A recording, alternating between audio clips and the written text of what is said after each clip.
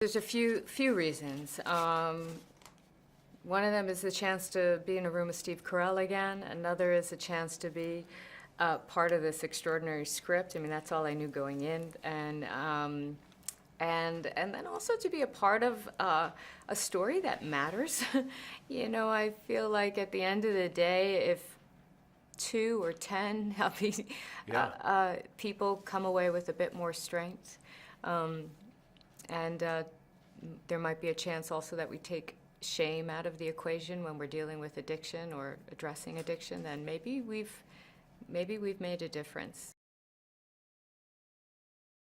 I think my favorite moment of this festival was when they were called on stage and the audience just leapt to their feet and gave them such a warm ovation, and it was a very moving moment. I think people in the audience were just glad to see them alive and well. I mean, that's the thing. I feel like addiction doesn't have any prejudice. It's going to come for the old and the young and the rich and the poor and the successful and the person down on their luck. And Felix, he's such a wonderful filmmaker. I saw his first film before we started work on this, and I just love how he plays with, first of all, just like an honest, straightforward narrative, but then he mixes time and memory, and you know, he doesn't tell his stories in a linear fashion. And I love that, and I love the use of music and sound in the film, and hearing the dialogue from another scene coming in on the one that we already have an opinion about, and you're like, wait, what's happening? And so I just love that. I did appreciate that, like having known Steve prior, it certainly lent the history to this couple who's now divorced, and just even technically that we were both there in the room for each other, that we weren't just reading, you know, someone wasn't just reading lines with a script supervisor, you know, so you hear that voice on the other end that you know very well, and you can drop in immediately. Yeah, you know, this film, yes, it is a hard film to watch and to sit through, but I also feel like it's very hopeful, and again, I want them to come away taking the shame out of this world, and just to find some encouragement from it.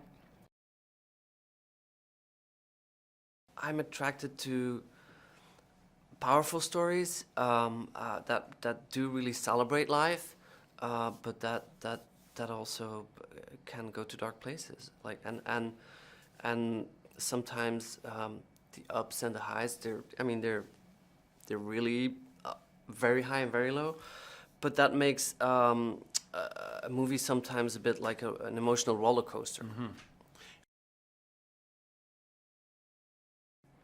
Yeah, it's beautiful how he played that, I think, but yeah, in the story there's this growing sense of him realizing that, I mean, at some point he thinks he learns, but then the reality is different again, and so addiction is this cycle of relapse, rehab, and they do learn along the way, but often like they learn too late.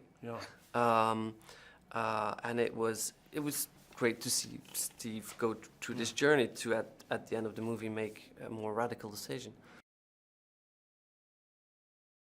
Yeah, I mean, it can happen to anybody. It doesn't discriminate. It's not a moral failure. It is a disease.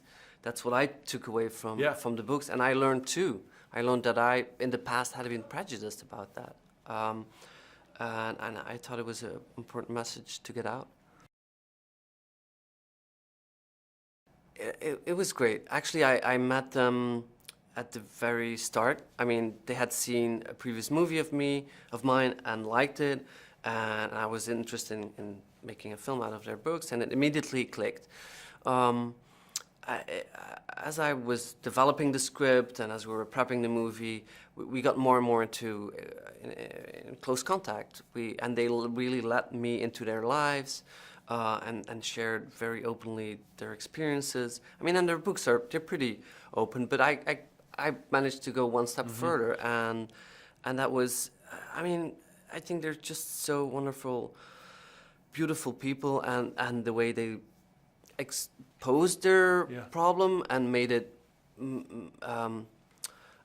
public in order to help other people was amazing. Yeah. Yeah. Well, it's a portrait of a family who believes in unconditional love, and that never goes away. Although they come to terms with the fact that there are no easy answers when it comes to addiction. So, yeah, all of that. I mean, the message of unconditional love. Mm-hmm. The scene in the diner. So it's a pretty long scene, and David and Nick, Steve and Timmy are having this conversation where David is happy to finally get him off the street and have a discussion with him, and he hopes to just get through him, but all Nick wants is money, and then it just goes off in very strange places because you see them constantly like trying to find each other but not getting to each other. So it's very engaging and very sad at the same time. Music was super important for the Sheffs in their real life, and they mentioned it a lot in their books, and it inspired us to make this big soundtrack. And it's there for a lot of reasons. It unites David and Nick at some moments. They headbang together on a Nirvana song. David sings the song "Beautiful Boy" by John Lennon as a lullaby. Boy, did that work! Son. Yeah, it's beautiful, right? So, and throughout the movie, you see that music is important for them and separately, and it unites them. So it inspired us to go big on songs and the use of needle drops in the movie. Anything that you do that elicits some sort of visceral response is a good thing, whether it's making people laugh or, as you said, gut punch. I think that's a good thing and a value.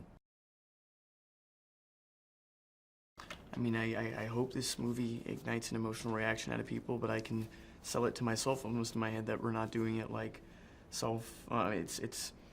This is something a lot of people are going through, and by nature of the difficulty of this kind of story, these kinds of stories aren't told all the time, which is why I feel really good sitting in this chair and like talking about it and hopefully getting it out into the world, because these are urgent things. Like a lot of people are dealing with this. The subject matter does get inside of you because it's very truthful, it's very honest. And I left it all on the table and I carried with me for 6. But it's I mean, because it can sound out, it can come out sounding wrong.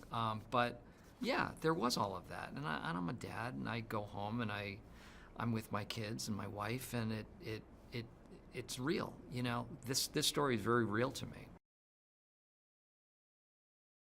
It was really, really nice to meet Nick prior to the shooting of this, because I had a big anxiety about playing, let alone someone in a book, but a real person and their real life and their experience, and trying to interpret that. So, and his generosity of spirit and his kindness and warmth, he gave us, or he gave me, and I think from what I've heard from Steve about with David too, I think we got licensed to do this thing. There wasn't like the pressure to get it all in the mannerisms and all right. It was like please communicate our story.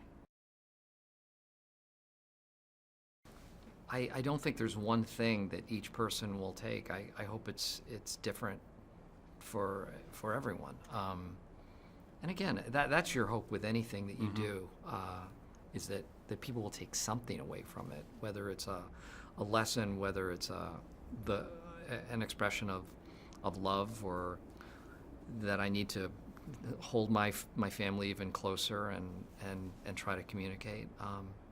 I don't know. I think it depends on who you are.